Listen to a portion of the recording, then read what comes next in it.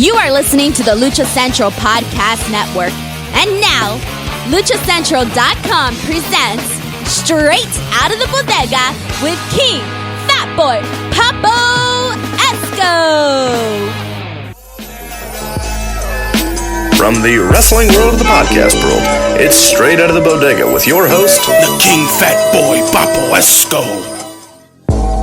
You have arrived, pulled up.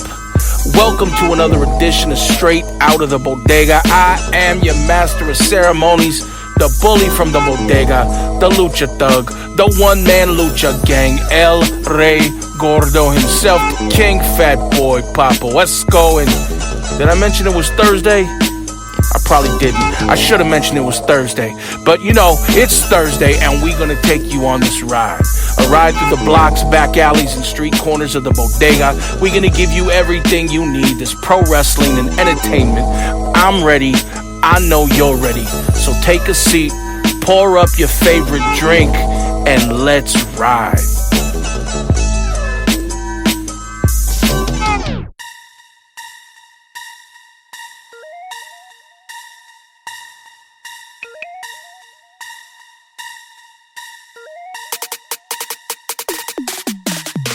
What is going on, everybody? Welcome to another edition of Straight Out of the Bodega. I am your master of ceremonies, King Fat Boy Papo Esco. And man, I just hope that everybody's doing well. I hope you're doing good, because right now we're in a crazy situation.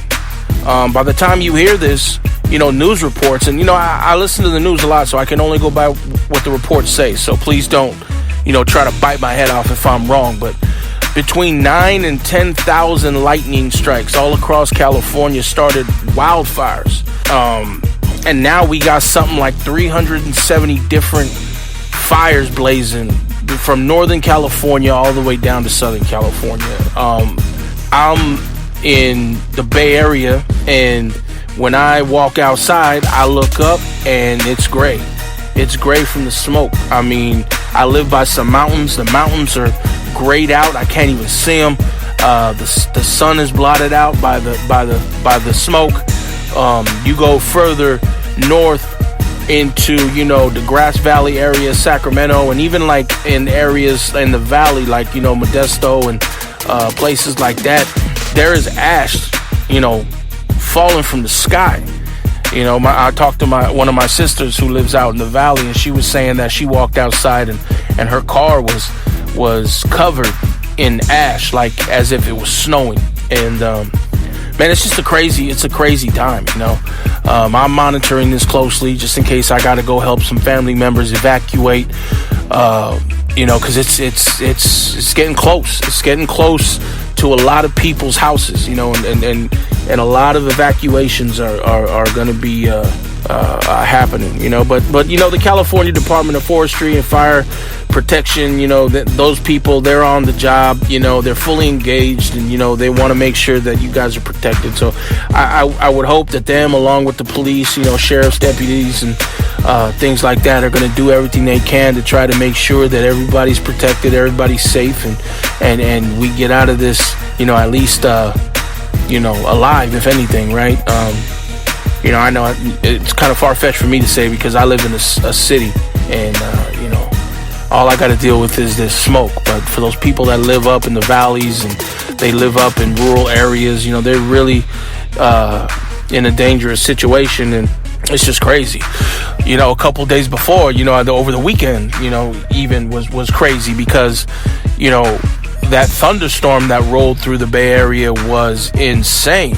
Now, again, for me, you know, being from my house, you know, looking at it, the heavy rain, the spotty heavy rain was crazy enough, but the lightning, you know, just the constant lightning that was lighting up the sky like it was daytime, and then the thunder, you know, the thunder was shaking my spot like there was an earthquake, you know. So it kept me up, kept my family up most of the night just because it was weird, you know. So a lot of weird stuff going on in 2020, man. That and the pandemic and just all this craziness. Just I don't know what to say, man. Everybody need to fall to their knees and pray or something, you know.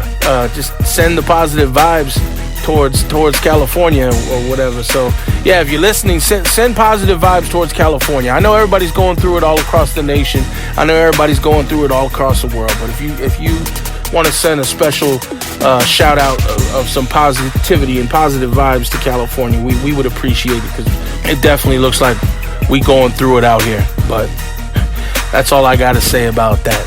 Yeah, so anyway, on this week's episode, we're going to switch things up just a little bit. For the last couple of weeks, I've been talking with you all, if you've been listening, about how I'm back at it. I'm back training.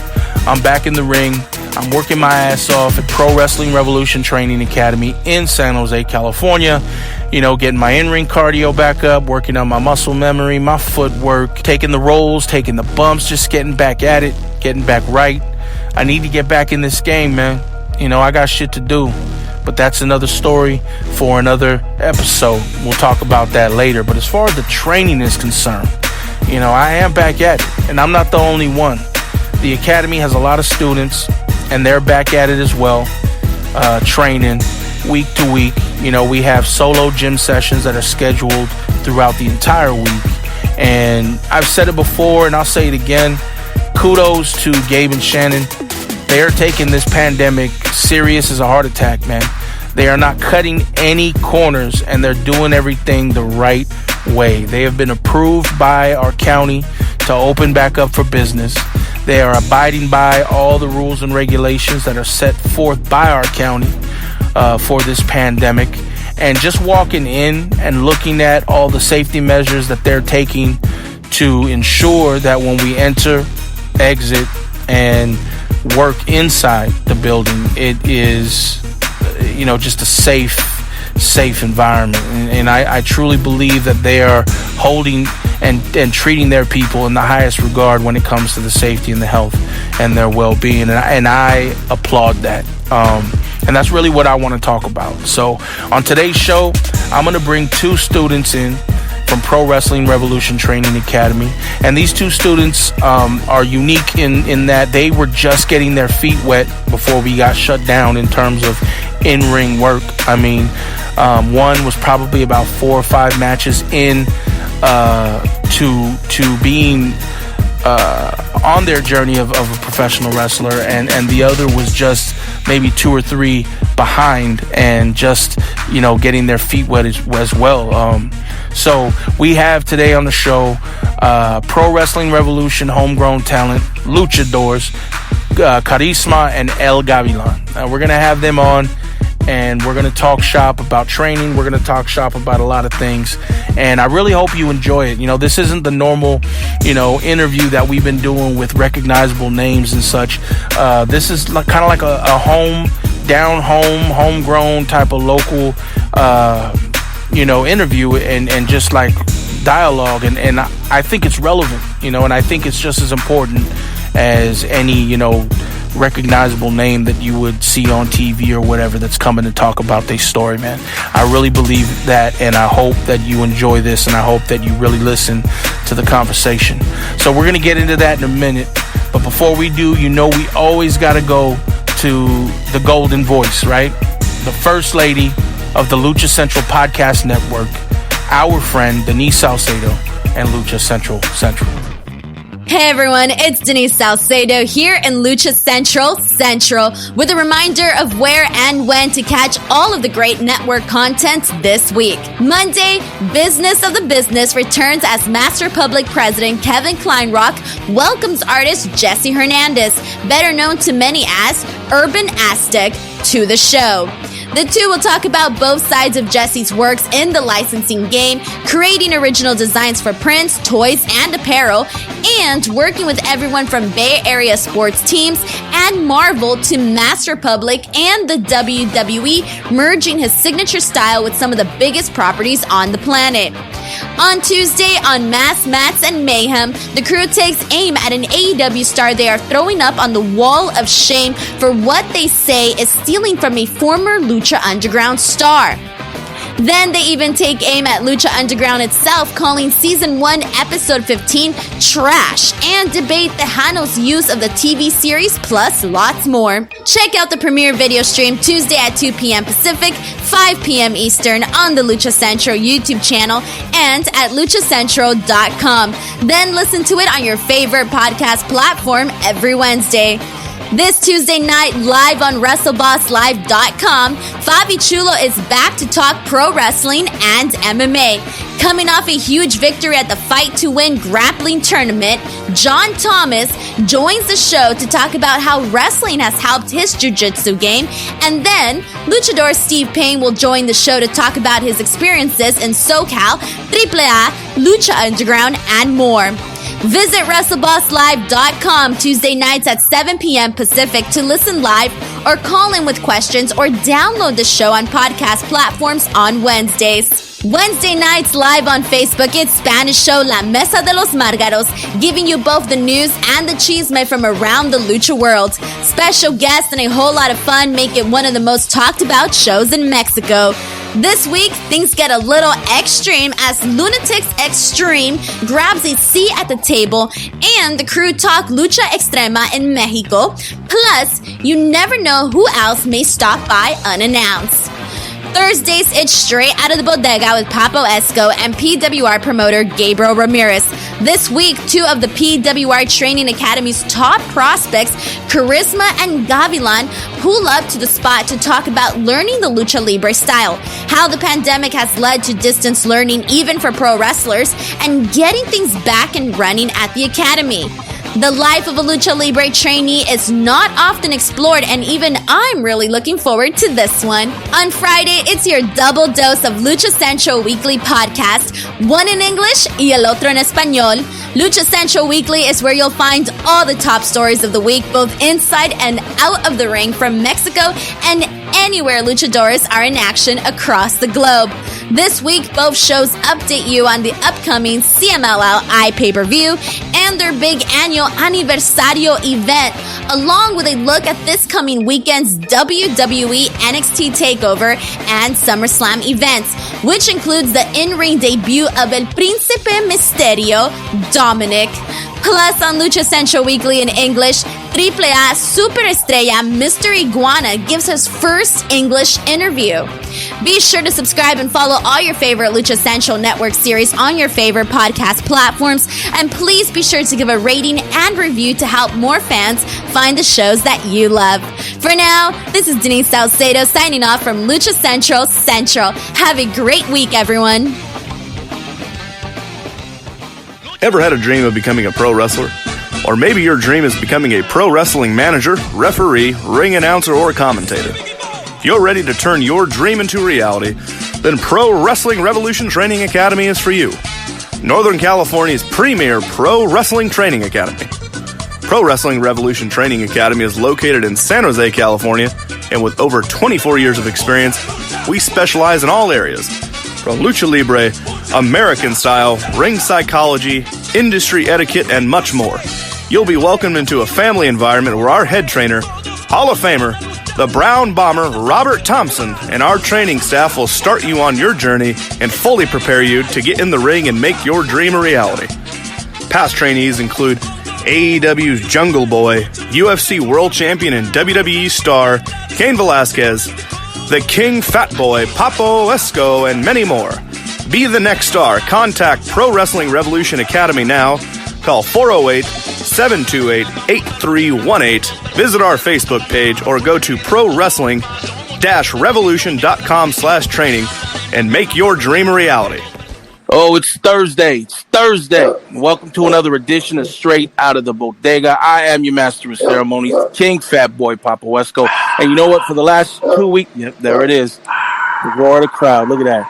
For the last 2 weeks, I've been talking to you guys about how I've been back in the gym. You know, we're back training. I mean, there's solo sessions. And again, I said this past week, kudos to Pro Wrestling Revolution Training Academy for the awesome way that they're handling the COVID-19 pandemic and the cleanliness and just the way that it's being done. You know, so I wanted to bring on, like I said last week, a couple of students. And before I do that, I have my co-host, owner and operator of Pro Wrestling Revolution, owner and operator of Pro Wrestling Revolution Training Academy, owner and operator of lucha-mass.com, Gabriel Ramirez on the line. What's going on, brother? Oh my God, what's up, brother? I just want to let you know that I don't appreciate working under these conditions. Right? It's hot as fuck. Bro. I got in my car to go deliver these masks for lucha-mass.com. And I hope you guys appreciate this shit. It was 116 in my car. Oh my God. And God. I was like, you know what? Should I just leave these fucking masks? You know what I mean? I was like, forget it. 16. Damn. Oh man. It's been hot these last couple of days, man. I mean, dude. But isn't it always like in California? It's kind of always like that around the August, mid to late August, September. What do they call that? Well, we're in a sensitive world right now, so I shouldn't say it, but I'll say it anyway. In Indian summer, is that what they call it? Come on, dude. Please remember that all complaints or racial slurs or comments directed at papoesco.com, and they don't reflect me myself.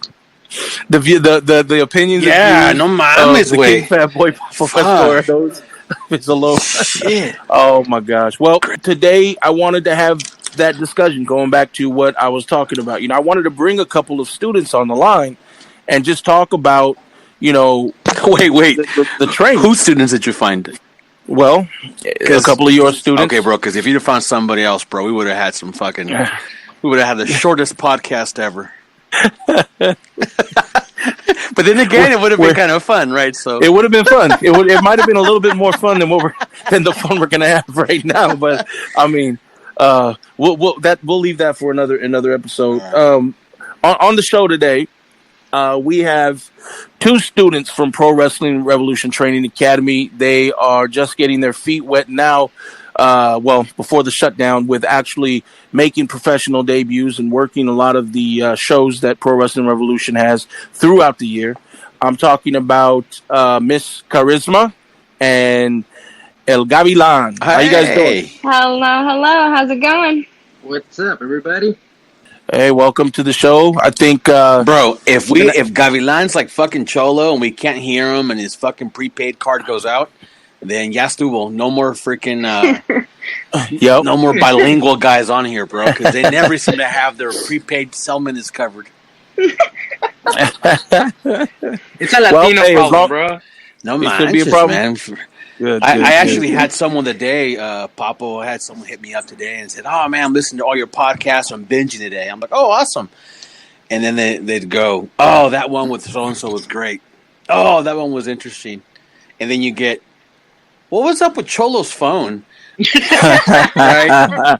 And I was like, I don't know, man. They only knew. They actually asked me, was it really prepaid? I go, I don't know, but all I know is that he was walking somewhere, and I think his phone just died. I don't know.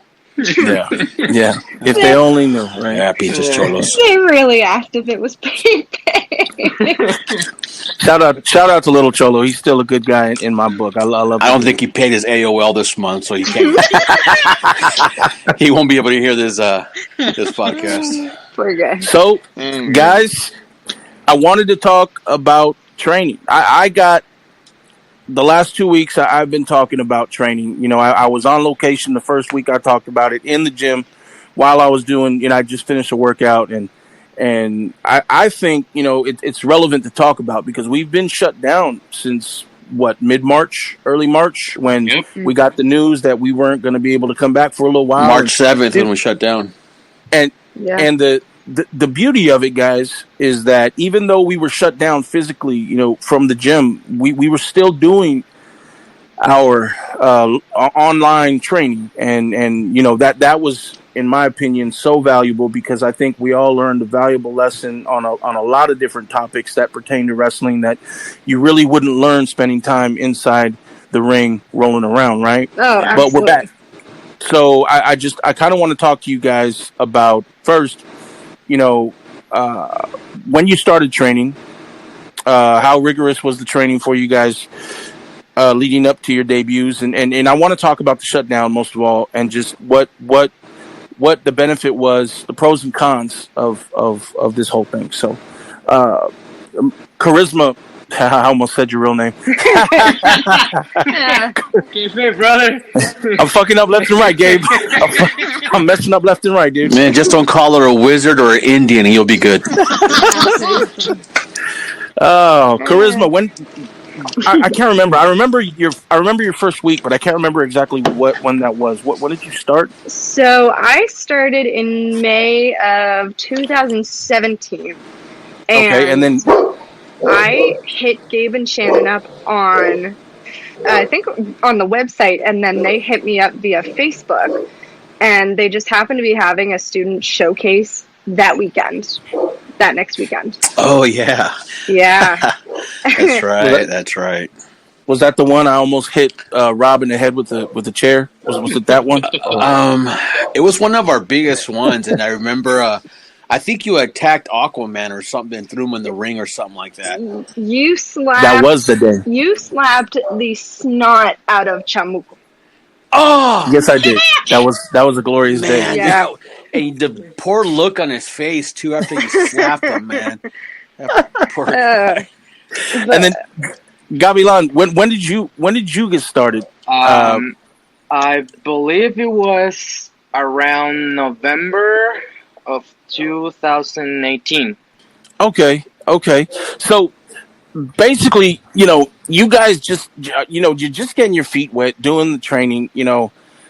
I know my opinion on the type of training that Pro Wrestling Revolution Training Academy produces. I might be biased, but whatever. I want to get an idea, from each of you on what the training regimen was for you guys getting started, and just like how rigorous it was, how it benefited you to get where you're at right now. We'll start with you, Karisma, and then we'll go to you, Gavilan. Well, so I started out in class with Robert Thompson and Gabe. Brown Bomber. And honestly, I've loved sports my whole life, so I was really excited and enthusiastic to get in and try something new. But it proved to have a lot more mental blocks than I expected going into it. Even just as simple as, taking a snap.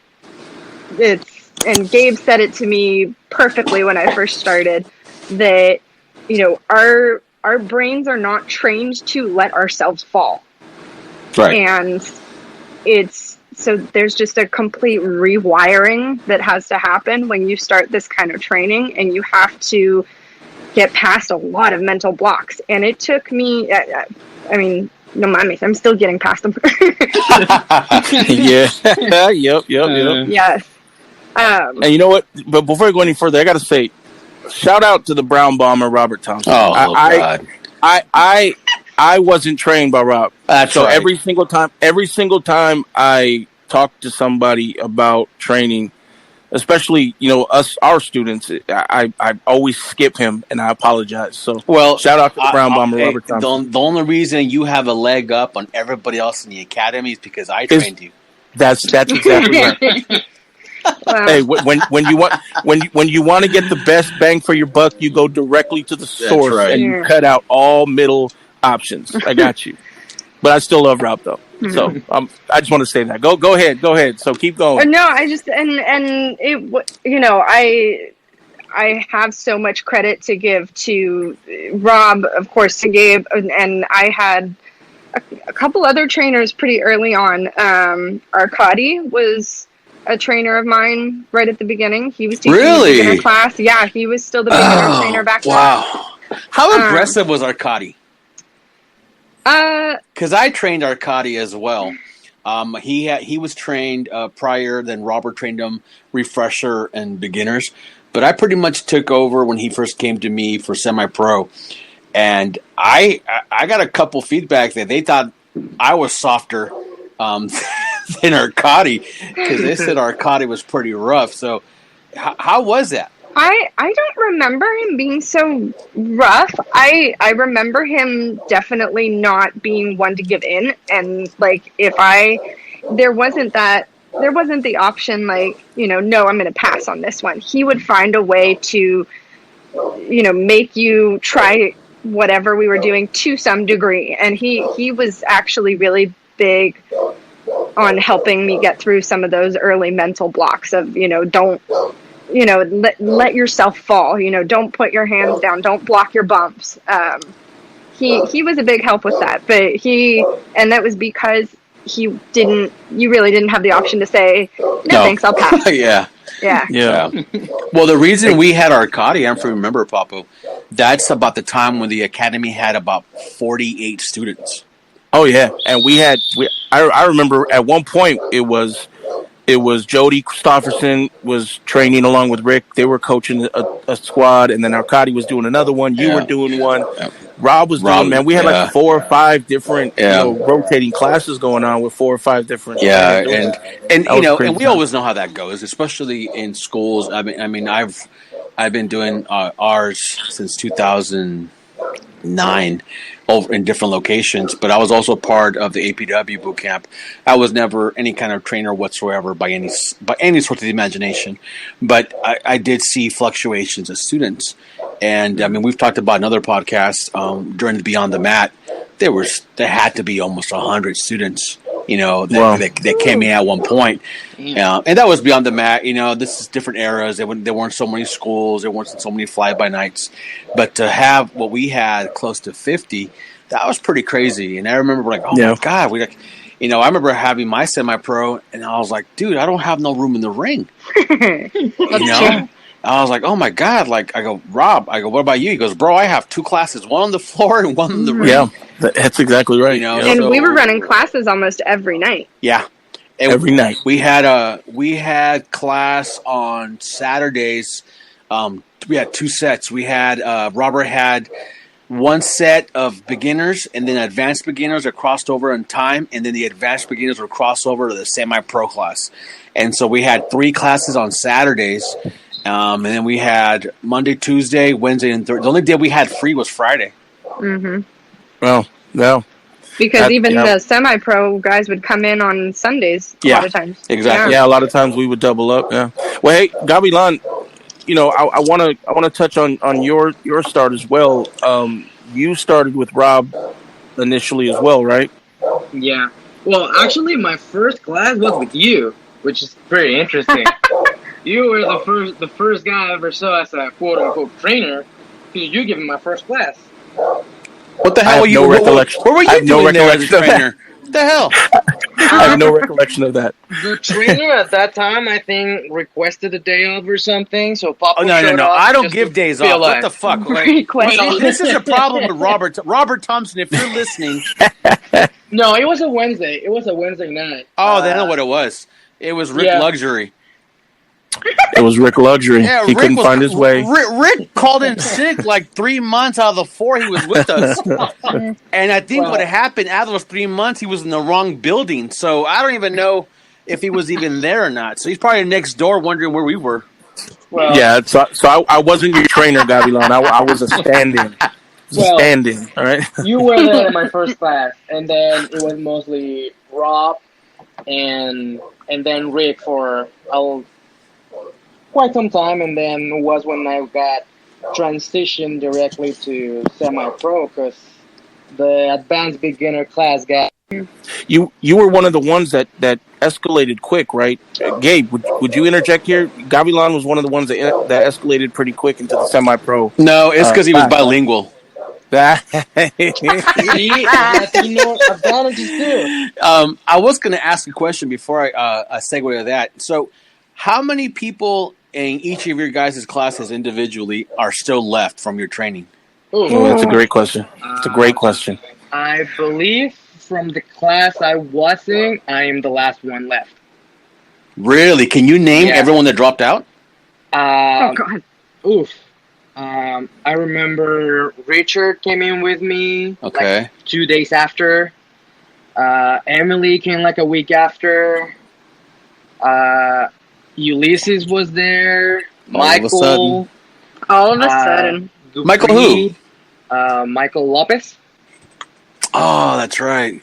Shout out to Michael, who recently just recuperated from COVID-19. Oh, wow. Yes. I spoke to him about 2 weeks ago, and he said it was hit him hard. He said for 2 weeks. He said the first 3-4 days were just really bad of just throwing up, and I think he says a little bit of a fever and headache. He said after that was just keeping it low, and now he's back to, I don't want to say normal, but he's back to living regular life, going back to work, doing his thing. So shout out to Michael, man. I'm so proud that you still keep your head up, man, and we're still here for you. Keep it safe, brother. Yeah, I'm happy. I didn't know that he had contracted that. I'm happy that he was able to pull through. Well, he didn't get a contract. He contacted it. So just He gave No, you guys are putting emphasis over the wrong letter. It's contracted. all I know is he didn't get a contract. All I'm saying he got it. That's all I'm saying. Tomato, goddamn it, tomato. Don't worry, Papo. I'm with you. Hashtag I'm with Papa. So, guys, one of the things that I don't know, I struggled with for a little bit in the beginning, and Gabe can correct me if I'm wrong, but there's a lot of muscle memory and coordination that goes along with it, man. How soon before you guys picked up, all that muscle memory and that footwork coordination, because I mean, shit, I don't know. I talk to a lot of people, and a lot of people seem to think that this is easy. Like, Gabe always tells us if it was easy, then anyone can do it. But I really feel like there's a misconception of the training aspect of it. People think that it's just easy, but it's not. It's rigorous. It's stressful. It's hard. Sometimes you want to quit, right? So what type of situations were you placed in while training that made you believe that maybe this wasn't for you? I'm still getting the whole muscle memory thing, to be honest. 3 years later, it's really, like I mentioned earlier, like your brain is just trained not to allow your body to do certain things. And even when you make a, strong mental effort to try to make your body do one thing, it's not natural. Like, right. I mean, that's probably the best way one of the best ways to describe what we do is, this is not natural to make our bodies do what we do. So I would still say I'm getting a lot of, my muscle memory, but it's just persistence, and you really have to love it to keep coming back and put your body through what we put our bodies through. And that's what separates us from, like I've heard so many times, the people that just want to do this as a hobby, or this is just a class. You have to be willing to push your body through some nasty stuff. And that's what separates the ones who have a passion for it for the ones that don't. That's right. Now, what about you, Gavilan? I mean, I don't want to take anything away from you, Karisma, because I've seen you get rocked and chopped and clotheslined, and you were in there, bumping around with the best of them. But for us guys, it's just a little bit rougher. Mm-hmm. It's a little bit more aggressive when it comes to the training. Gavilan, going into it, what was it like for you personally, mentally, to have to go through this physical strain and just learning how to bump around and throw yourself to the floor and, just deal with the physical interaction of training? Were there times where you felt like you couldn't do it? Oh, yeah, a lot of times. But honestly, it was mostly like the first week and a half. Because, this has been my dream since I can remember. I've always said since I was a kid that I wanted to be a wrestler. And when he presented the opportunity, I tried to pursue it. So the first week I went in, I said, yes, I'm going to do it. And then I took the first snap. And holy crap. It hurt. Like, the next day, I couldn't even move. Everything hurted. And I'm like, I don't know if I can do it. But I say, you know what? This is my dream. And I want it, so why not resist a little pain to do it? So, other than that, honestly, I just say, you know what? it is what it is, and I'm willing to take the pain. I'm willing to take the beatings. They're, Easy. What beatings did Whoa, you get? beatings? What Yeah, beatings? whoa. No, wait, what? No. Your mom might have beat your ass, but who beat you over here at the academy? The beatings. Wait We are a minute. respectful outfit, Wait sir. a minute. Beatings? Dude, forward roll. Oh, the beating, Mom. My mouth. You didn't do the forward roll right. Power bombs for everybody. Yeah, right. No, the reason why the reason why I wanted to ask that question, because there is a method to my madness here, is we go through a lot of grueling things in terms of the bumps, in terms of the muscle memory, the footwork, and just learning all the coordination. And then we get into semi-pro. Then we start learning about body control and just knowing your own body and knowing how to make your body work with the next body so that you can gel and do these sequences and all this stuff. Mm-hmm. We got shut down. March came and COVID-19 hit us hard, and we got shut down. So everything that we've worked hard for to build our bodies to stopped. Mm-hmm. How did that make you guys feel? Well, it was really, it was quite a shakeup at first because, for everybody, our lives were turned upside down. Everything that was once normal seemed like, it was gone and not coming back for a long time. Yeah. Which is true. But it really made, personally, I tried to use it as a growth opportunity and think in terms of like, we could be coming back at any time. Who knows? Like this, we could find out tomorrow that we were hoping. We were hoping. A lot of us were hoping. I still am. Yes. Yeah, for sure. Some of us were hoping like, hey, we could come back. We could hear tomorrow that gyms can open up again and we're good to go.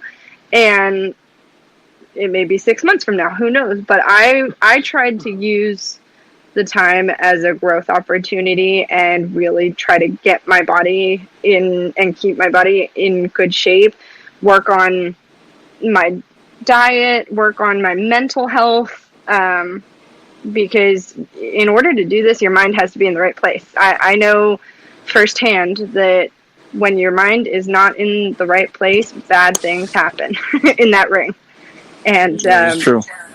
And so I really tried to look at it on the bright side and use it as a time to stay productive and be ready to come back whenever we were ready.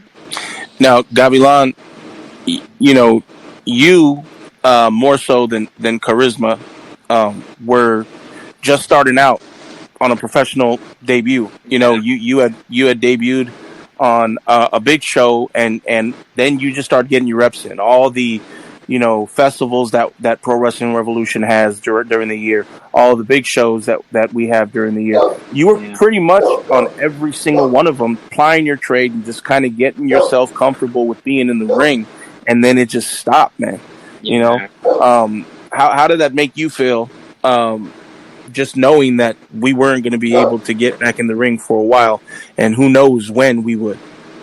Honestly, in my case, I feel pretty lost. I'm not gonna lie.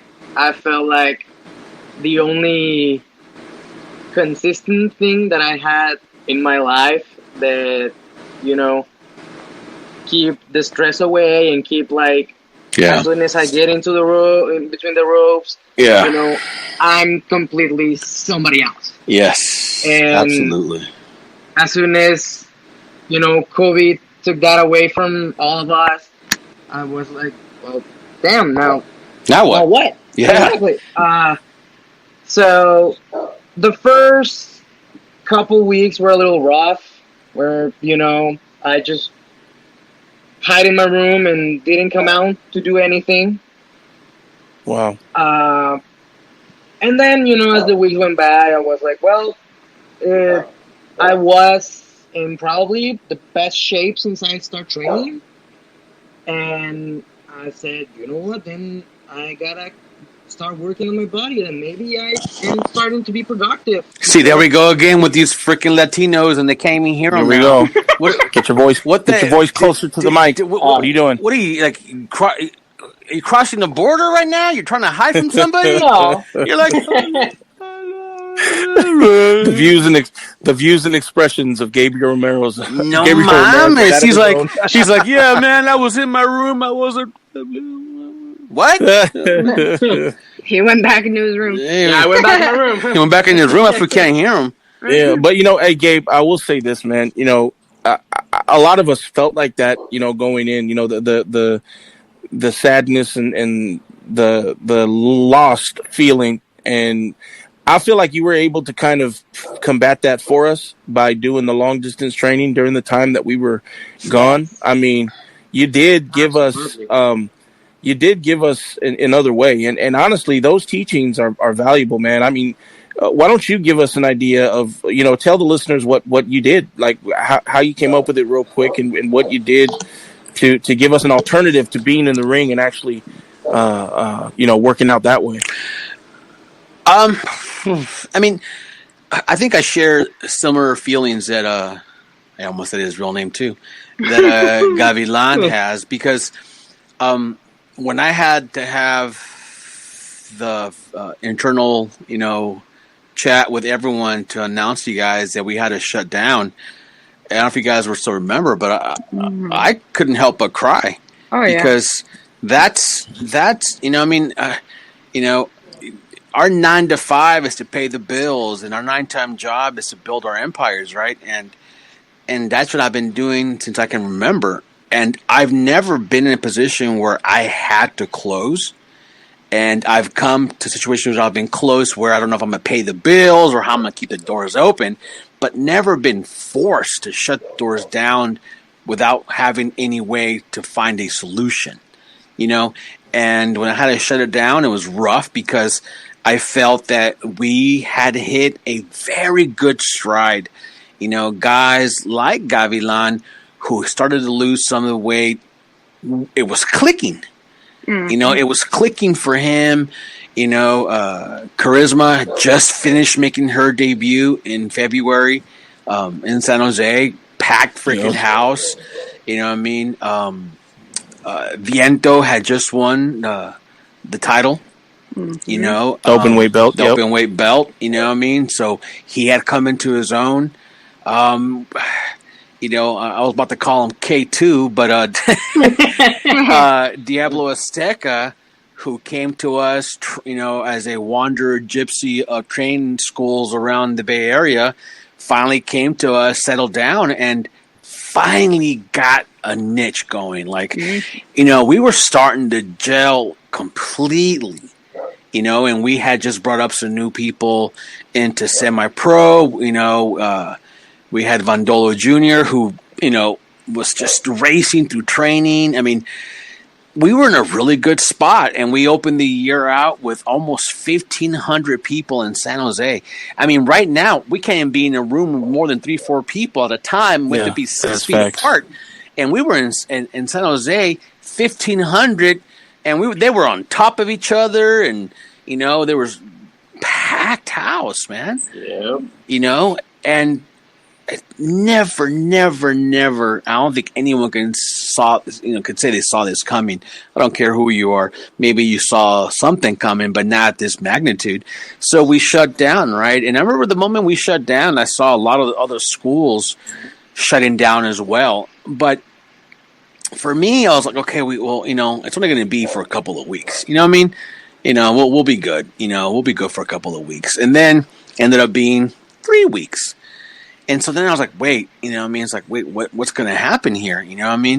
And so I remember going into that third week, we were non-operational, is I was listening to something from Mark Cuban about reinventing ourselves. And Mark Cuban, this is Shark Tank. This is a guy, who has millions upon millions of dollars. But he's more than just a basketball team owner. He's a rags to riches per se. You know what I mean? Yeah. And he's a self-made, millionaire and what he is now. And so I was listening, like I had to figure something out, and I was desperate. And what was the worst thing I could do? I'm home. I can't go nowhere. So I listened to him, and there was people asking me, look, man, it's like I cut hair, I can't cut hair. I'm shut down. What am I going to do? And he says, well, what else do you do? And they're like, what do you mean? He said, well, what else can you do besides cut hair? Do you have any other skills? Or are you a pretty good home chef? He's do you do arts and crafts? Like, what else do you do? He goes, you guys are going to have to reinvent yourselves, man. He goes, if you're going to sit there and cry about how you can't do one thing, you're going to be crying for a long time. Yep. And I was like, well, shit, And so then that's when they started bringing up distant learning, started coming up. And I was like, distant learning? And so then I started looking into that, and I was like, well, how does this work?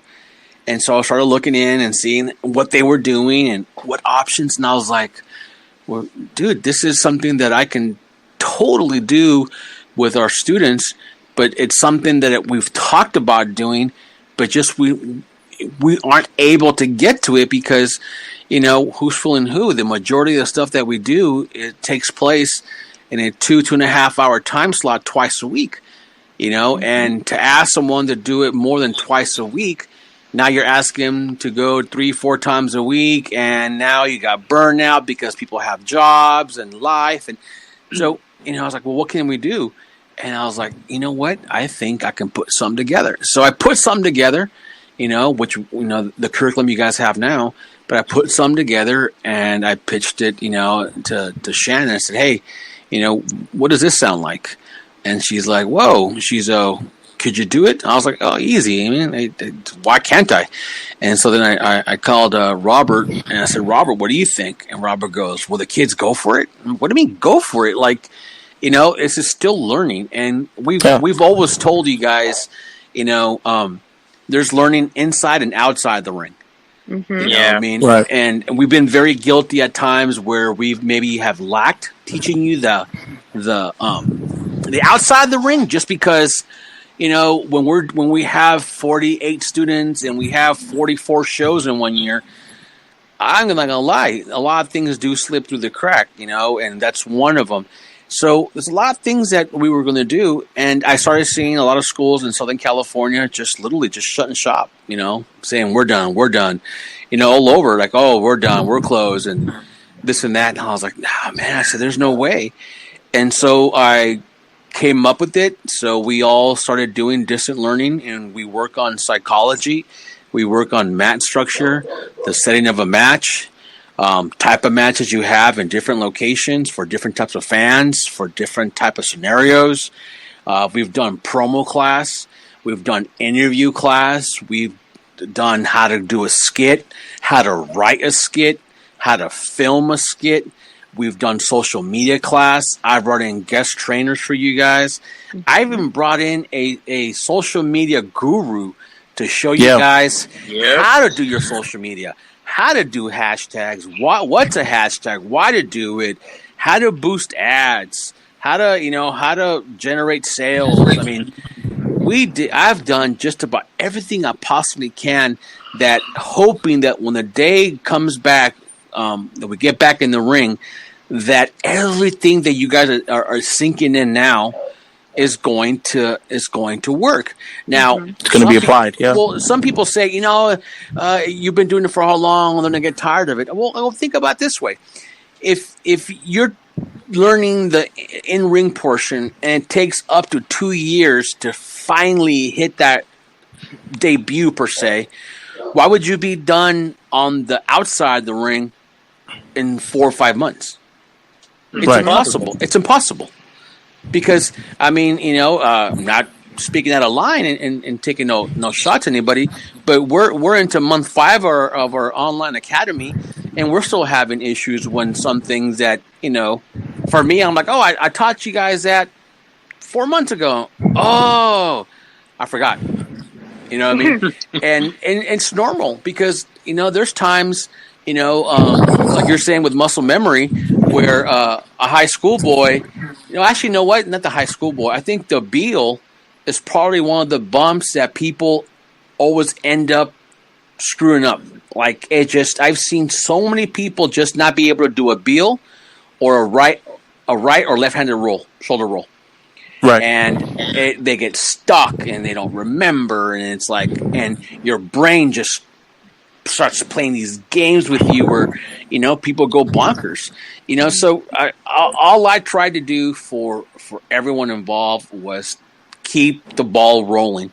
The show must go on. And, Mark Cuban, it's what he does. He inspires people. He's a motivator. I've always considered myself a motivator, and I need someone to motivate me.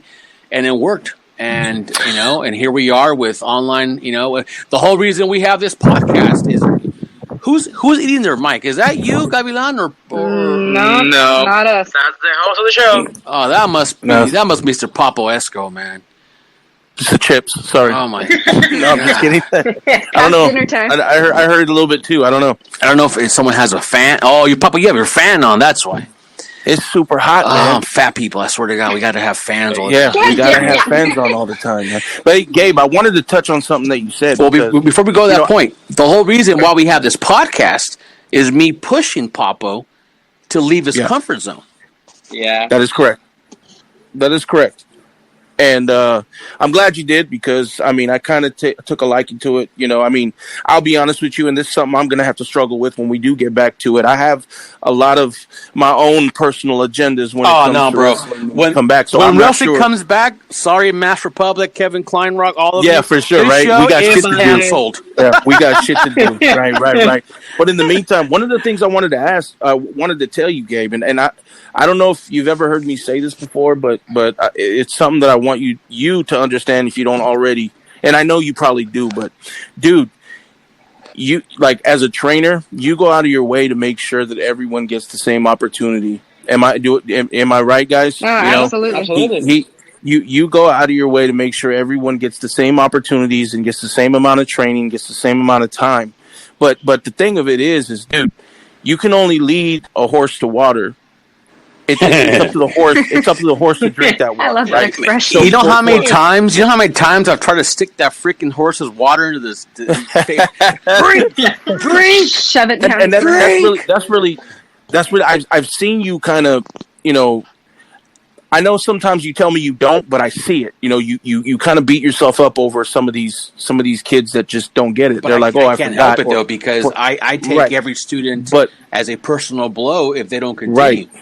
But my thing is that you can give us all the tools, but it's up to us to use those tools. And if we don't use those tools, that's not your fault. I always told you guys, I will give you the hammer and the nail, and whatever you build is up to you.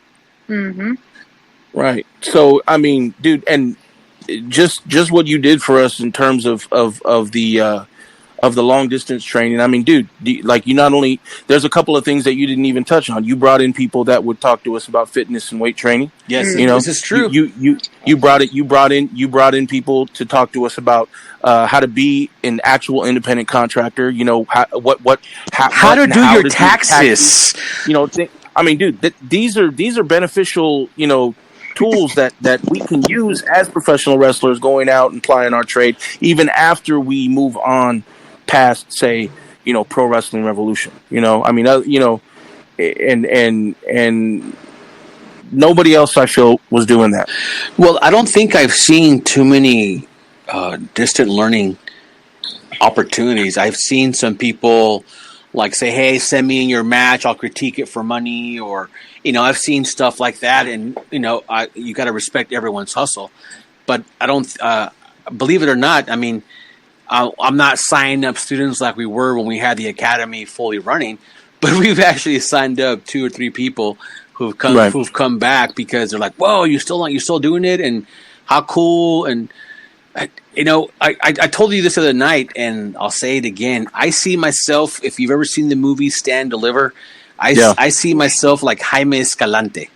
You know what I mean? I see that everyone has the opportunity to do something. I think everyone can if they really want to. I think anyone that shows up to the academy and says, this is my dream, I have the hardest time understanding why someone says, man, I was 7, this is my dream, me and my grandpa did it together, or me and my dad, whatever the sad, inspirational story they tell me on day 1, I have the hardest time understanding why on day 2 it's over. Mm-hmm. I've never understood that. How is that possible? Because everybody wants to be famous, but nobody wants to put in the work for it, and that's really what it comes down to. Karisma, and Gavilan, what did the long distance learning mean to you in terms of all the stuff that we learn week to week, and just the benefit? I mean, I see the benefit. I know for a fact that the training that we had, over the Zoom meetings, dude, I'm going to apply all of it when we come back, and it's going to make me that much better. And I want to know how you guys feel about what we were doing and how it's going to benefit you when we get back. Oh, yeah. Honestly, I think that I was learning and soaking up so much without even realizing it, because when we started to come back and get back in the ring, like the first day that we trained, Gabe helped us put together an entire spot. And a lot of what we put together was clicking for me because of what we had been doing while we were shut down, because things made sense because of what we saw and what I had soaked in from that. And even since that day that we first came back, Papo has seen, because we've trained with Papo, and we've built on this spot, and the things that we're piecing together are clicking for me now, because we took the time to dissect this stuff and really pay close attention to it. It wasn't just like sitting and having psychology class in the gym and talking about this. We actually sat down in front of a screen, watched it, critiqued it, stopped, broke it down, asked questions, and the repetition of doing that, I think, benefited me so much more than I even realized before we got back in the ring. Now that we're back in the ring and trying this stuff out and putting things together, I'm seeing it's clicking, it's working. And we'll get to that in a few seconds here. But Gavilan, before we do, I want to ask you what was the benefit for you? What did you take out of all the long distance learning over the Zoom meetings? I mean, we had a lot of them. We had a lot of good, topics to cover. What were you able to take away from it, and how is it going to benefit you coming back?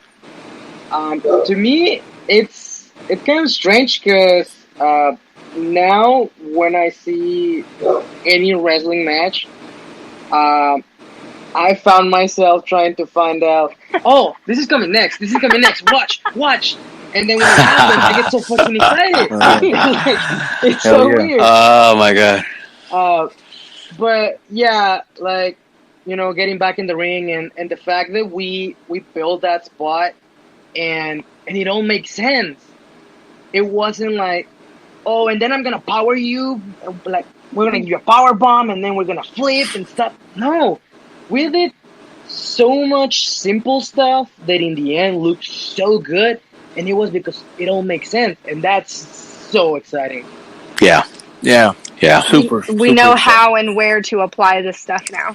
Well, for me, Papo, when I saw them put that spot together, and I was like, dude, I filmed it for them, and I sent it to Lady Apache, who was all our trainers for a good portion of last year. And she says, oh, my God, how long have you guys been down? I said, oh, they haven't worked in over 4 months. This is the first day back. And she says, I would have never known these two kids haven't been in the ring for 4 months. Awesome. And that's a big compliment, because awesome. It's not that I'm going to sit here and toot my horn, because I can only teach. I mean, I can teach anyone this as long as they listen and it makes sense. It's up to them to apply it. And which is very cool to hear that it's sinking in for you guys, and I can only hope it's happening to everybody. But I do strongly feel that once we get back in, and now before everyone starts freaking out and calling the city of San Jose and Santa Clara County, is the only reason these two are working together is because they quarantine together. And since they quarantine together and they share the same apartment, well, then I am letting them train together. So, they have other roommates, but they don't train with me, so they don't come, But being that they're roommates and it works out. Nobody else, has that. And we all did our antibodies test, hoping that some of us had the antibody. And I was already thinking, one of us will have it, then I'll have it, and then next thing you know, we'll all be in the ring together. Nope. So far, nobody's been a hit. No, nobody. But and some of the things I've talked to Robert about is, even if tomorrow we wake up and somehow this miraculously fucking some mushroom or apple or something says, man, bite this and you're good to go, we're still going to continue the distance learning at some capacity because it's necessary. It's so necessary. Yeah, I agree. There's a true benefit to dissect, and everyone around the world has I'm gonna call her Pony because I don't care who Karisma. I call her Pony because her feet work when she first started was so bad. She reminded me of a brand new baby pony being born and her legs being all wobbly. It couldn't stand. So, Pony says, all the things that she tried to, work on herself. It's the same thing that I think we all need to do overall, right? We all needed to do that. It's kind of like a reset. It's unfortunate we're at that point, but a lot of cool things have come out of a really shitty situation.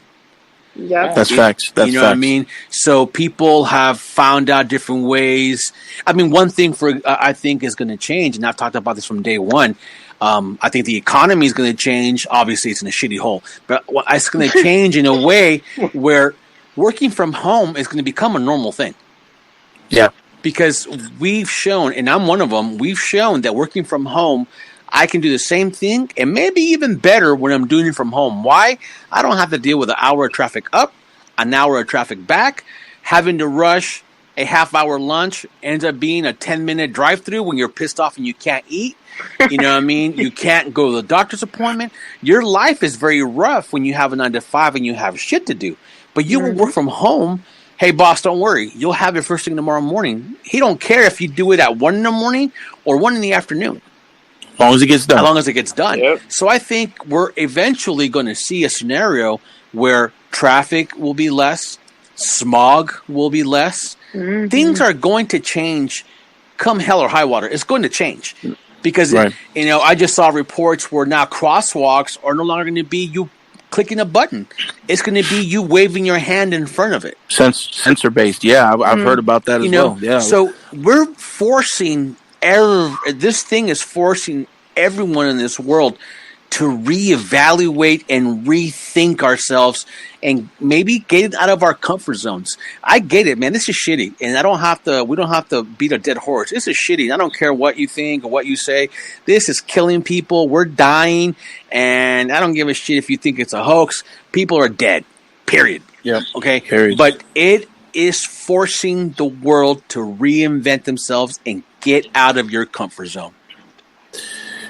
Yeah, I mean, you're absolutely right. And for the last 6 months, that's been proof of that, with us not being able to get back to what we, all love to do. And, by I know you're not, a person of faith, Gabe, but I am. So I'll. What are you saying? Well, I say that you are not a person of faith. Well, God damn it, and I am. So. Wait, whoa, dude! You just keep putting freaking words in my mouth. How do you? Oh, Okay. God. How Okay, you, well, how you sit here and say I'm not a man of faith? I am a man You've of faith. opened a can of worms now. You just don't know what I believe Here we in. go. So don't say I'm not a man of faith. I am a man of faith. You just don't know what my faith is. What faith? That's I got you. right. You know what? I on behalf of myself, I apologize. Just to because Gabe my Ramirez God wears on live air. what if my God wears like a big sumo underwear? He's Buddha. Does that not mean I'm a man of faith? That would be a good gimmick. We'll get into that a little bit later. But listen. Cabrón, pinche man of The county approved Pro Wrestling Revolution Training Academy to open its doors once again in some form of capacity. We're Dude, back. and that test they give you, it's like a freaking. It's you got these kids won't remember. I think Papa will. Do you remember taking the CTBS test when you were a kid? Yep, I remember that. Man, I used to just go C, C, B. I didn't care, right? You're like just filling it out to make little patterns, right? You little Can't go wrong with C. Not here, bro. This thing, everything they ask you, at least speaking for the city of San Jose, for the Santa Clara County, is everything is what they call an honor system. And so what they're saying is, you know what? We're going to just go ahead and believe everything you say. You have a cleaning station, cool. But if we catch you, if someone says, man, these guys are doing something crazy, or we drive by and we don't see everything you said here, not only do you lose your business license, you lose looking at fines, like monetary fines. You lose your license. You can lose your building. You can get I don't know what the right word is, but you get blackballed from ever doing it again. Wow. You know what I mean? And then I have to have these signs that are put on my window with the check mark and stuff. I thought those things were fake. Nah, man, you look at it. It has my phone number, everything. So if someone wants to say, hey, man, these guys are doing something wrong, all they got to do is tell them my phone number, my email, that's all in that little window, and they'll come check it out. And if they don't see the sanitary station, they don't see all the cleaning supplies, they don't see the social distancing, they don't see only one person in the ring, all these things I had to come up and say yes. And now everyone talks about, let's do shows with no fans. I don't know how they do it, bro, because I'm having the hardest time buying supplies online just to keep freaking the ring and the academy clean. Speaking of that, guys, I'll edit that out again. Look, Papa, dude. Look, and dude. Gavilan, what? Yeah. Are you a man of faith? I am. Okay. I am a man of faith. Well, stop praying, bro, that you get these names right and stop having to edit the show. That's true, dude. That is true. Karisma and Gavilan. Why don't you guys take us through the details of us getting back? I mean, tell us what, Pro Wrestling Revolution has in place for us in terms of when you enter the building, while you're in the building, what you need to do, and then when you exit the building. Honestly, now it seems so routine, but it's all the precautions that honestly you could possibly take to protect each other. We first walk in, the back sliding door is wide open, so the place is ventilated. We're not all coming through the same office door. As soon as we enter the building, we have masks on. Come in, first thing we do... lucha-mask.com. Yes, plug that. And first thing we do, we go to the sanitizing station, get that hand sanitizer, get our temperatures taken.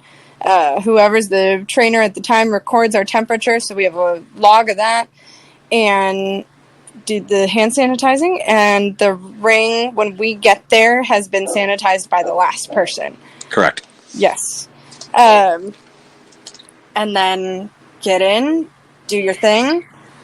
At the end, we have our time slots. We're allotted a specific amount of time, and the last chunk of that time slot is dedicated to doing our cleaning, which it consists of Lysol sanitary wipes for the ropes, and spray for the turnbuckles, and we wipe down the ropes and the turnbuckles. We sweep out the ring, and then after sweeping out the ring, we use sanitizer spray all over the canvas. And if you're the very last person, we have a steam vacuum for the canvas, which it's huge and awkward, but it gets the darn job done, man. And also, the water needs to be changed on a weekly basis, you assholes. Yeah, man. I had a no. I was the last person on Thursday. On Saturday, on Saturday we came in and it was mud, and we're like, "What the hell?"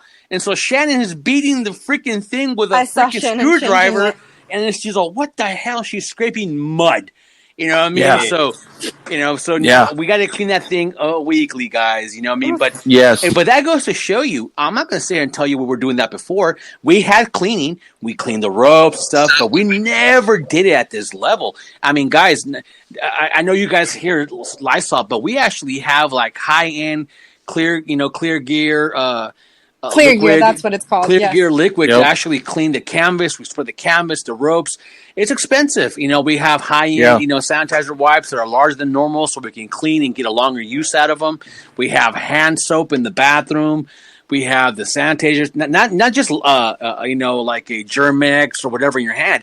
We actually had to buy a station that let somebody know that is there for them to use, a sanitizer station to clean their hands. And these are all the things I have to have happen. And people may think it's only because of business, whatever, but in the end, we have to realize it's not necessarily about business. It's about life or death and being proper and etiquette to stay alive. Mm-hmm. Yeah. Yes. You know what I mean? That is facts. So that's the way I look at it. You know what I mean? I know I wake up on Saturday going, cool, something to do. I'm going to go to the academy, but then it kills me because I got to sit and watch people do stuff and be like, oh, my God, I want to have a class. But you can't get in there and show them how to do something. How to do especially when one of my kids every Saturday does a lucha drop down into a handspring bump. It drives me up a wall. Yeah, that's funny. That is so funny. But for me, and fuck. Look, dude, This was your idea too. Let me just say that. This is, you know what? I'm gonna have to put money in a swear jar. Fuck up jar. Yeah, you're gonna have to call the kayfabe jar and start putting a dollar. I'm messing up. Jeez. Wow. Wait till everyone finds out that you're really Ultimo Panda. Yeah, right. That I'm really Ultimo Panda on the side. Vinny was lying the whole time. It's me. I actually got a call the other day going, bro, how come you didn't fucking tell me that Vinny was a panda? I was like, you've been on backstage for like 4 years. You never put two and two together? Like when he walked around without his mask and the whole outfit with it? With his big belly and everything? Well, who'd you think it was? You think Vinny just ran there at the show, didn't wrestle, and just hung out? Oh, my God. Hey, I will say this. You guys might not remember Gavilan and Karisma, but back when I started, one of the guys that was already there, I can't remember his name, but we called him Boo Boo. Michael. Right? Michael. Yeah, Mike, yes. And, bro, I thought he was Panda. Oh, no. when I first came, because I didn't see Vinny come out. I just saw Panda, right? And then after the show, I looked at him and I was like, this dude must be Panda. It's gotta be this one. You know what's funny though? Papo's first show was in Santa Rosa. And Papo goes, I got it, bro. I'll drive the trailer back from Santa Rosa home. Oh, you will? Dope. So then Papa's like, what time do we leave? I said, we can't leave until this, and that. So it was like 1:30 in the morning when I was going home. Well, and then Papa looked up and he goes, so what's left? I go, the ring, the trailer, chairs, sweep, clean. Yep. Then take the ring back to the academy and park the trailer there. I think he texted me at 3-4 in the morning. Oh, everything's good. Home. Everything's good. We're home. Hey, God. I'll tell you what. I'll tell you what, Gabe told me everything, and then he was like, "You got it?" I said, "Yeah, I got it." And he was, he was super nice about it. But all I heard in my mind was, "Welcome to wrestling." and then I was like, "All right, well, I guess I'm in." But what I was gonna say, and what I wanted to ask Gavilan and Karisma is, we're back, right? Getting back in the ring. Man, I don't know about you guys, but when I took that first high school boy, I thought, yes, I'm going to do it. And Gabe was like, "Hey, slow down, dude, because when you get back, it's going to be much different." And I was like, "Fuck that, dude. You don't know what the fuck you're talking about." When I got in there and I took that high school boy, I had to sit there for at least a minute or two because the wind was knocked out of me. It hurt bad. What's his name? Ragnar. I was in the lobby with the ACs on. I'm sitting there and let him do his thing. And I heard, and so then I go, "Oh my God, the last thing we need is an injury." So I run out there. I go, "You all right?" He goes, "What happened?" "High school boy." He just laid there. He just laid there looking up, like, didn't move, just laid there. He wasn't hurt, but he was not in a rush to get back up. Yeah. So how were you guys feeling? Getting back in there and taking these bumps. I mean, are you getting used to it now, or is it still a struggle? It's got to be hard. Gavilan just shook his head big time. The first maybe 2 to 3 classes. The next day I couldn't move my back because of running the ropes. Yes, I had the feeling that the 2 ropes were across my back. And I was the callus went away. That's crazy, right? You guys would run those things nonstop for 2.5 hours of nonstop, crazy intense training, and then you come back 4 months later and you hit them and you have indentions all over again, red marks, bruises, and oh God. The day after our first training back, we did 1 round of our, in the beginner class, you go through the round of bumps. We did that, just 1 round. And honestly, I couldn't even cough the next day. She couldn't even laugh. I couldn't laugh. I couldn't cough. It's because you're not funny. Thanks. I think you were thinking on me. I did. It was rough the next day. That your brain remembers everything, but your muscles are like, no, not gonna happen. Not happening. Yeah. And then by the second class, Gavilan was like, "No, let's do 2 of each bump." And I'm like, "You want me to take 2 high school boys? No mames." Papo, we're in class last week, and Gavilan has her doing matemáticas.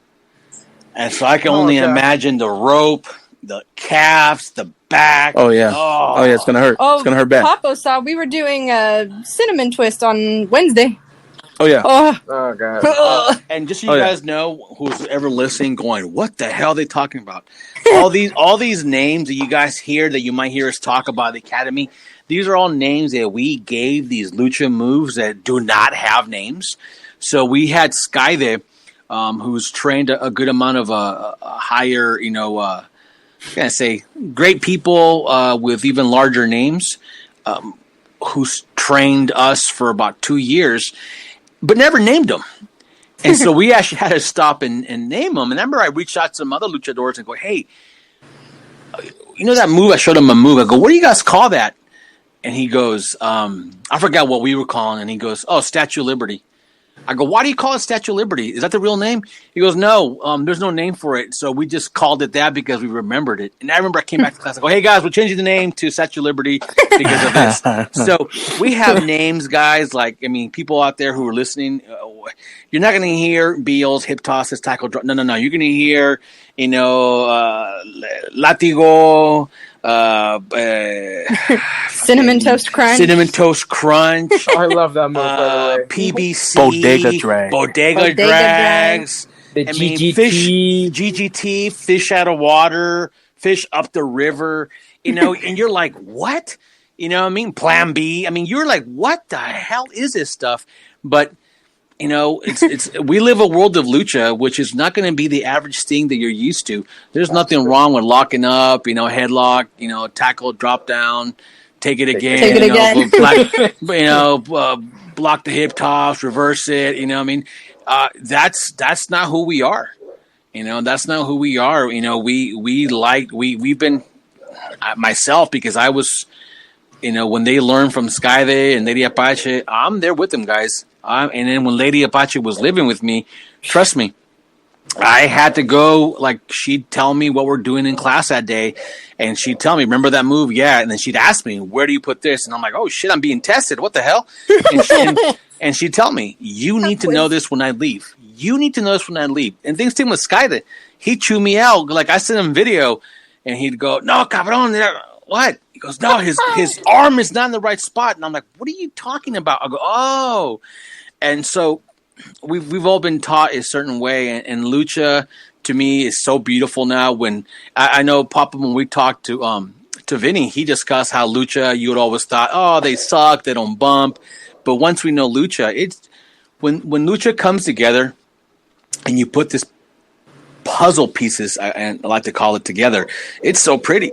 It is so pretty.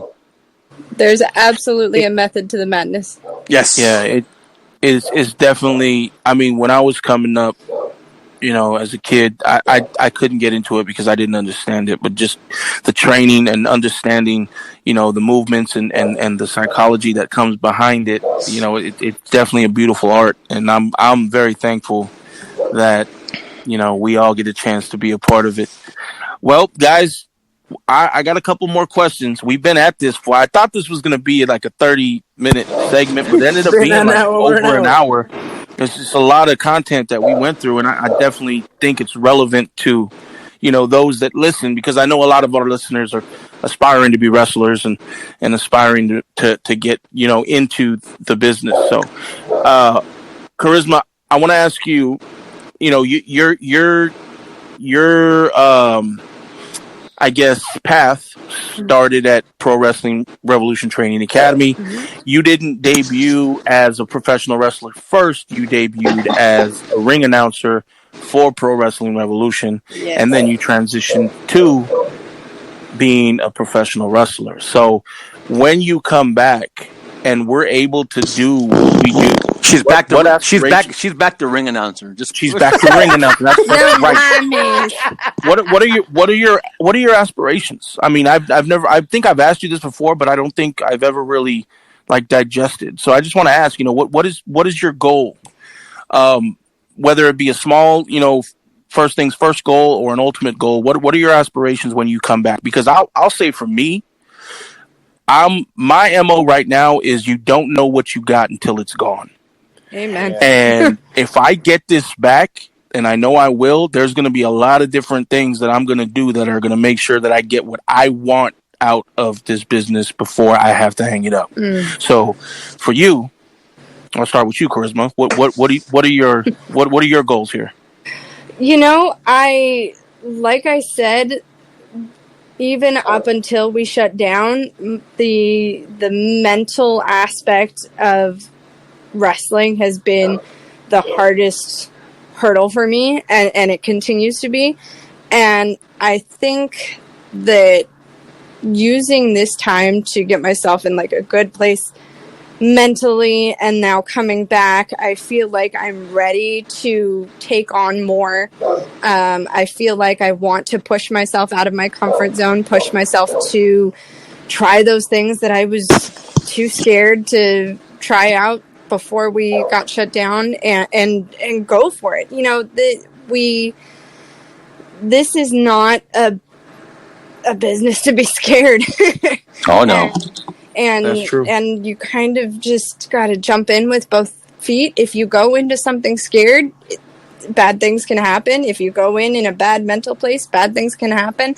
So I am ready to prove to myself that I am capable of more than what I showed myself I was capable of before the shutdown. Atta girl. Wow, that's beautiful. And I like that. I want to roll with the guys. I want to show that I can roll around. Wait. Okay. Wait. That didn't I think come you. out I think. Yeah, that didn't come out. I think you pissed Gavilan off. If listeners, if you don't know, I'm gonna let the cat out the bag. Karisma and Gavilan are actually husband and wife, and I think he got a little bit jealous because she wants to roll around with the guys. My bad. That just didn't come out right. It just, yeah. It sounded right to me. I'm like, It sounded right to me too. Okay. Whatever. Well, of course it was. Gavilan, same question, man. Your hey, aspirations. do you want to roll around with the guys too? Or Yeah, for sure, right? Oh, that's awesome. Well, I mean, honestly, okay, hold on. It's like the What? 17th time you both answered the same time with the same word. Honestly, Well, no, lie to us, asshole. Okay. Don't tell us the truth. Lie. Well, lying to you. No, I mean, it was, as I saw it before the shutdown happened, I was going to have a really good opportunity to, showcase what I have learned in the your upcoming match. show. Yeah, you can say it. I had Gavilan, and the way I book guys is I book what the show needs. I book what the fans want to see, but I also take care of my own. And one of the things I was doing was I tell my students, man, if you push and you show me that, you're working hard, you don't miss class, gear, body, mental of not missing class, but when you're at class, being part of class, I'll take care of you. And I literally remember telling Gavilan, hey, you know what, bro? I'm going to give you a match you're dying to have, and you're going to work in this match, and Jungle Boy will be a part of it. Yeah. And I remember you were like, oh, my God. And I talked to Jungle Boy, and he goes, oh, absolutely, man. I'm part of the academy still, blah, blah, blah. He's like, I would love to have it, right? And I know that sat for you because, the show that was going to take place at was where we had Ultimo Guerrero, Great Sasuke, Lady Apache, Sexy Star. We had Kikutaro. I mean, the list goes on and on and on. It was going to be a huge show, and we were all, like we always do. You look forward to that next big show, and I'm sure for you, which probably would have been probably your first. I don't want to say high profile, but I mean, you're working with Jungle Boy, who had just started in AEW. It was a good opportunity for you to test yourself, right? Yeah. And I mean, Karisma can tell you, the day that the show was supposed to be, I was so sad. I was like, you know what date it is, right? And she's like, Saturday? Yeah. No, we're supposed to have a show today. My match was today.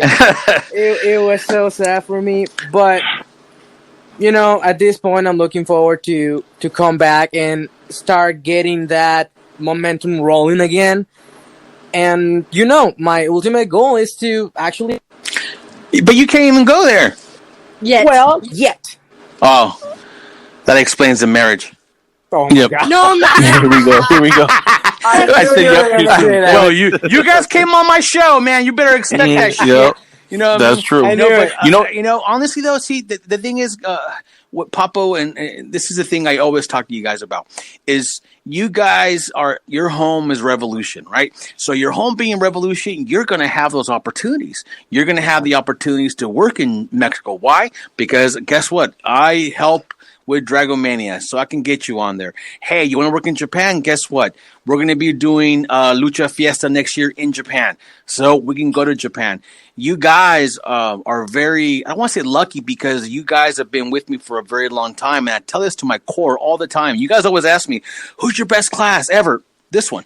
Yeah. This one, because, there's a lot of people in this class that I think we're missing. I still forever will miss Arcadi. I will forever miss Chibi. Those are and Mason. Yes. Yes. I believe if we had those three and there was no shutdown, oh man, I kept telling you guys we would have such a homegrown roster that we would be at such a level, but shit happens, you know what I mean? Shit happens, but you guys are part of something that I, as a promoter, as a school owner and so on, I got to take care of you, because if you're working for me and you guys are busting your ass, and then we always rib our high-profile New Japan Pro Wrestling referee, Alex Kang. we always rib him because he big-times us.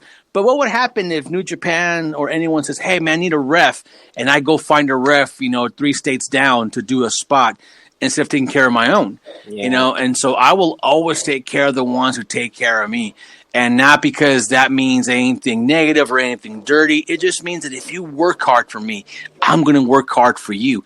And that's something the Academy has always been. I don't think I've ever shut the door on anyone. If anything, I've always gone out of my way to make sure everyone gets an opportunity. Mm-hmm. If they ask a booking for one wrestler, I try to send 3 more. You know what I mean? We got Kukui and Viento who got to work for Defy. I remember guys asking me, well, how the hell they get on Defy? I asked Matt, you know what I mean? He never responds to my email. Well, he responded to mine, so, he's on there, you know what I mean? And we did Washington, and we've done, here you got whatever her name was as a ring announcer, but, here we got Karisma. She was a ring announcer, but she was ring announcing in Arkansas and Texas. Yeah, she was already on the road before she was even wrestling. Yep. And I remember we were walking up to the building. It was an iHeart building. It's a huge iHeart radio station in Arkansas.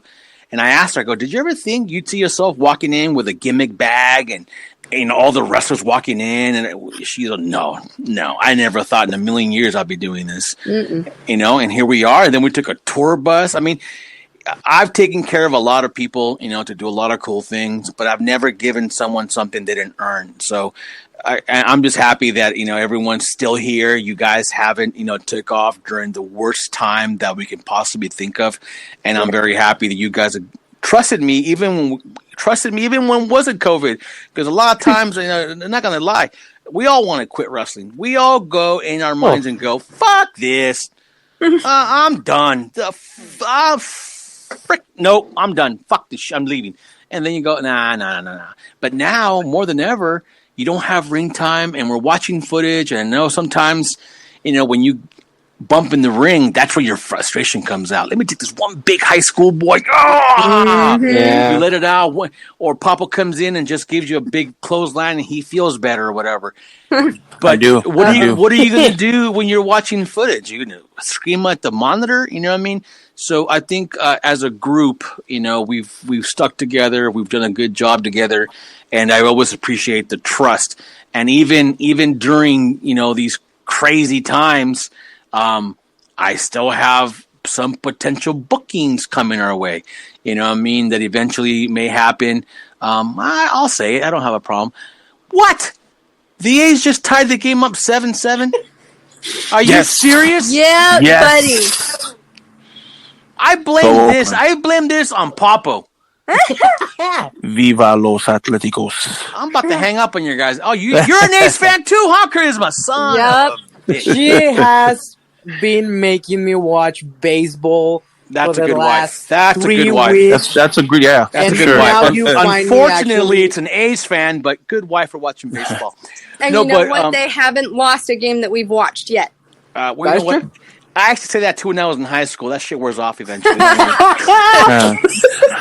Well, guys, we're getting ready to wrap it up. But before we do that, I wanted to ask Gabe a question because it's related to what we're talking about. I've never asked you this question. And the question is, dude, what made you start Pro Wrestling Revolution Training Academy? I know you told the story. You told the story many times. Bro, you asked me that on episode 1. I asked you. You told me the story of how you left APW and formed Pro Wrestling Revolution. But I've never really asked you what possessed you to even say, you know what, we need an academy. We need some a school. Well, so you want me to answer why Revolution or why the academy? No, the academy. We know why the Revolution. Well, it goes hand in hand because when I first started Revolution, I told everyone and myself that it would be lucha based, and I started seeing that, wait a minute, just because I have some guys in masks, that is not lucha. You know what I mean? I need to educate myself to lucha. So Vaquero Fantasma, bless his soul, man, he was patient with me. And I had to literally, the same way Roland made me watch class for umpteen years, to understand, what the bumps were, what the correct bumps were, what a good lockup was supposed to look like. Just details that he was just, for. I had to watch Modest's class. I had to watch everyone's class. I had to do the same thing with Vaquero, because I asked him, I said, I got to watch this and I got to learn it. And being that I had to store the ring somewhere, because I had to store the ring at a public storage, and it was costing me not too much more than it would cost me just to rent a little spot, and the ring would fit 19 by 19 and the ring was 18 by 18. So you couldn't run the ropes no way except towards the big door. So if it scooted, it would go towards the big door. You know what I mean? And so we had that, and Lil and Gangrel would come down, and Gangrel would work with one of his students, and he would teach them their stuff, and I would watch from him. But then Vaquero would come in, and he'd work with whoever's in there, and I would learn lucha for him so I could understand. And I knew that I wanted to create what we have now is a hybrid that I know I didn't invent, by far didn't invent, but I wanted to create it here and have a foundation for ourselves. And so we started, in Santa Clara by De La Cruz, in a building, that I thought, I'm never going to leave. The rent's great and so on. Well, it turned out the lady who was running it was like, a crook, and somehow she ended up having to move out and kicked everybody out. But then she offered us to go into a new spot, and it looked cool at first. And then we get there, and by the time we set up, it turned into like a chop shop. So I'm like, oh my God, we're like in this ghetto. We got to get out of there, which interestingly enough, I'll show you guys one day, is not that far from the academy now. And then from there, we moved to downtown to another chop shop. But in the entire time we were doing that, it was nonstop learning lucha and trying to create our own stars. I really believe the same way I had learned in the past about creating your own homegrown talent, if done correctly, is very beneficiary to the company, to who you are, to the to your promotion, to everything. And then it just wasn't happening. The only person that I ever really got to do stuff with that ever came out of the academy, I'd say would be El Mariachi. He debuted, and then we had, I'm trying to think who else debuted, but we had a couple here and there that would do stuff, but never enough to say we had lucha, because even El Mariachi wasn't lucha. Even though his name screams lucha, the guy never did lucha, no matter what the hell you asked. He had his own, itinerary in mind, but he spoke very good on the mic. He did a good promo, so we're doing that. But I never strayed away from wanting to build our own stars, because that's how everyone does it. That's how the territories always did it. They always made their own stars in those situations, and then they blossomed to doing bigger things. I got to see it firsthand when I was with APW, when, I first walked in, and, there was people like Michael Modest, and there was Robert Thompson, there was our Leprechaun Aaron O'Grady, there was Vic Grimes, there was Tony Jones, there was Bison Smith, and Max Justice. God, the list goes on and on. But these people eventually started doing stuff. You had Modest, who went to NOAA, had tryouts with USWA. For those who don't know, that's Jerry Lawless Promotion, and WCW, and you had Bison and we just saw people develop. Leprechaun Aaron O'Grady became Crash Holly. Just all these things. Vic Grimes became, one of the Baldies in ECW, and then XPW fame. All this stuff happened from people just starting out and developing in homegrown talent. And that's what I've always wanted to do. And I think we're at a point now, I will never compare what we have now to that long list of names. But I think we're in a different situation where we are creating lucha talent that you guys were slowly starting to get a taste of outside bookings in lucha. Some of you were going to LA now. Some of you had gone to Defy. Some were starting to go work in other places. We were starting to get you guys booked and get you more busy, because all bullshit aside, guys, we had 43 shows a year. I mean, that's more than sufficient being busy. But I wanted you guys to work harder and get out there. I mean, guys, we were at a point where we had training, we had trainers, we've had trainers from obviously Lady Apache, Sky that is super crazy, Juventud Guerrera. We've had tons of people come in to teach you lucha, and you guys have taken it. And sometimes it's just, it just not only it's me, but without you guys, there'd be no me. And, and you guys can say the same, because without me, there'd be no you. I don't know that, but I know, but I don't know that if I didn't have students that, believed in what they were doing and trusted myself and Shannon, I don't think we'd be in this situation, because, we've come a long way. I know we play a game sometimes when we take road trips of how many people have dropped out. You know what I mean? Which lasted over a drive from Oroville to San Jose. Just putting it out there, it lasted that long. There was a lot of names that day. Right? You know what I mean? But we've come a long way. And Papo now gets his own call ups to go do WWE. And he does it on his own, and he's been trained, and I trained him, and I live vicariously through him going, dude, how awesome is that? You know what I mean? I've helped Ultimo Panda go to Japan, and we do Mexico. So all that started somewhere. You know what I mean? Yeah. When Jungle Boy came to me, he wasn't really, considering doing anything more. 'Cause he even told you how we changed his outlook to what wrestling was. So for me, the fact that you guys will soon feel it well when I quit this business and I'm no longer able to do it, eventually someone who's there now with us will pick up the ball where I leave off and continue it. You know what I mean? So, and you guys will get that same feeling when you teach someone and you watch that light bulb go off. That feeling is a beautiful, beautiful feeling. Yeah. Well, guys, that's all the time we got, man. Before we go, though, I like to thank Gavilan and Karisma for coming on. I definitely felt like this was a relevant topic, and the whole training aspect. I'm just and the pandemic. It's definitely something that needed to be discussed. Before we go, guys, though, I want you to go ahead and get yourselves over, shout out your social media so that people can follow you on social media.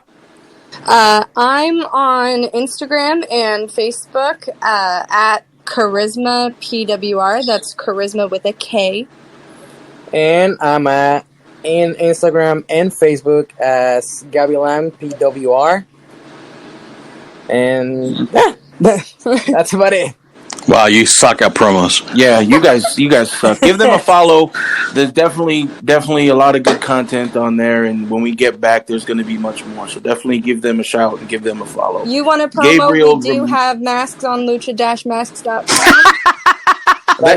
That's what I'm saying. No, yeah, you guys do have face covers on lucha-masks.com, and Charisma, you're actually the voice of the Lucha-Mask commercials that play on our podcast and Stay safe with Lucha Masks. Lucha-masks.com. There you go.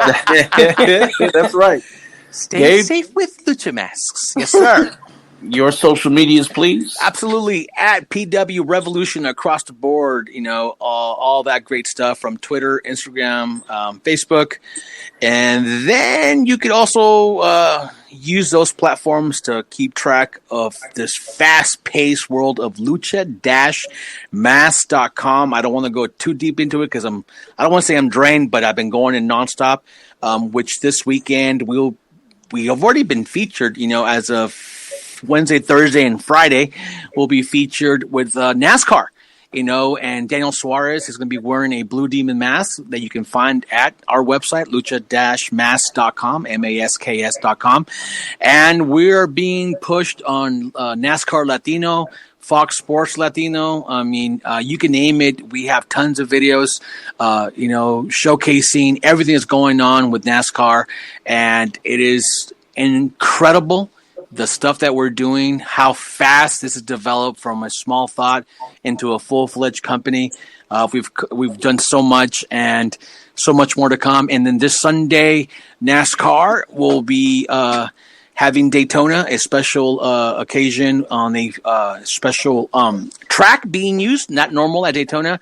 And Daniel Suarez is the first Mexicano who's going to be in it and driving for it, and also be wearing his Blue Demon mask while he drives throughout his races and interviews and so on. He's done tons of stuff social media wise. He's gone out of his way to help us out and grow this company because he wants to give back to the Latino community, and that's absolutely awesome. Follow Daniel Suarez on Instagram and Twitter. Let him know that we sent you. And, it's just a great feeling. So if you guys want to keep staying safe, and you don't want to wear those little flimsy blue masks, and you're a huge wrestling fan, both Lucha Libre, Japonesa, or American, we have all kinds of masks. Everyone on this podcast except Papo has a mask on there. So that sounds in true heel fashion. No one deserves to wear my likeness on their body. Right. Yeah. True heel. So make sure you guys go out there, support a small business, support us. If you don't like us, that's okay, but still tell your friends, tell your enemies, buy a mask, buy it for somebody else, support independent wrestling. And now it's the most important time ever to not only support independent wrestling, but to support small businesses. So we appreciate all your feedback, all your help, and thank you so much for this platform to let us do that for you. Yes. That is awesome, man. That is awesome. Everybody go to lucha-mask.com and sell out that Blue Demon Jr. face cover in celebration of the big NASCAR announcement. And, also buy that Gavilan one. Also buy a Gavilan one and a Charisma one. Just while you're there. But no Papo. There's no Papo on there. What thing? Error 404. Error 404. We put up 10 masks, and it took like 3 months to sell them, bro. So because everybody hates me, I like it. It means I'm doing my job. Well, guys, that's all we got time for. So I thank you guys, Karisma and Gavilan, for coming on. Thank you. Congratulations on your recent marriage. I hope you have a long and prosperous life together. 7 months. Right? And one day. Bro. It's a COVID wedding, so when COVID comes back and is gone, they'll be divorced. Oh, that's messed up. Hey. Right, just guys. Because I say it and you guys think it is a big difference. That's true. That is true. But we love guys, you. on behalf Your wishes. Thank you very much. Yes. Well, guys, on behalf of the podcast, I am your master of ceremonies, the King Fat Boy Papa Wesco. We are out. And just like that, mi gente, that is all she wrote. Great discussion, great sit down, a lot of fun, lighthearted, relevant to the time, and a different perspective. I mean, come on. We can bring on a lot of high profile, recognizable name talent. They can talk about how they got started, trials and tribulations leading up to where they're at now, how they became successful and all that stuff. It's not every day you get to sit down with two kids just getting started out, doing all the training that they need to in order to have a chance to debut, start getting their feet wet in the world of professional wrestling, and a pandemic shuts them down. It was interesting. I enjoyed it. I really hope you guys did too. Well, if that's all the time we got, I'd like to thank you for listening, and I know you've been listening from somewhere. So hit us up on social media. Let us know what podcast platform you've been using to listen to every single episode of Straight Out of the Bodega. You know the drill. Was it Apple Podcast? Was it iTunes, Spreaker? Was it Spotify Podcast? Was it iHeartRadio? Let us know. Talk to us. We talk back. Also, let us know how we've been doing. Listen, I'd like to think Straight Out of the Bodega is a great podcast, but I'm not going to know if you don't tell us, because honestly, I don't do this for myself. I do it for you. So you got to let us know exactly how we're doing. Are we doing well? Are we not doing well? Where can we improve? Who would you like to see, or hear rather, on a future episode? Come on, man, talk to us. I talk back. I say that a lot, but it's the truth. We talk back. You say hi, we gonna say hi. So check us out on social media and let us know. Speaking of social media, let's go with it. Instagram, Straight Out of the Bodega. Facebook, Straight Out of the Bodega. Twitter, at STRAOUTDABODEGA. Straight Out the Bodega. Give us a follow. Check us out. I know you find something that you like. Also, check me out on social media. That's Papa Wesco on Instagram, Papa Wesco on Facebook, Papa Esco on Snapchat, Papa_Esco on Twitter. Give me a follow. Talk to me. I'll talk back. I need to make a shirt. I need to trademark that phrase or something because I use it a lot. Anyway, on behalf of the podcast, I am your master of ceremonies, the King Fat Boy Papa Esco. We'd like to thank y'all for listening once again, and we'll see y'all next week. We are out. Lucha-masks.com, in partnership with Mask Republic, give you personal protective masks to keep you lucha strong in the fight versus COVID-19. With world-class luchadors Blue Demon Jr., the Lucha Brothers, LA Park, Ultimo Dragon, Cain Velasquez, Conan, and so much more. Head to lucha-masks.com and you too can become a masked warrior. Lucha-masks.com, powered by Pro Wrestling Revolution.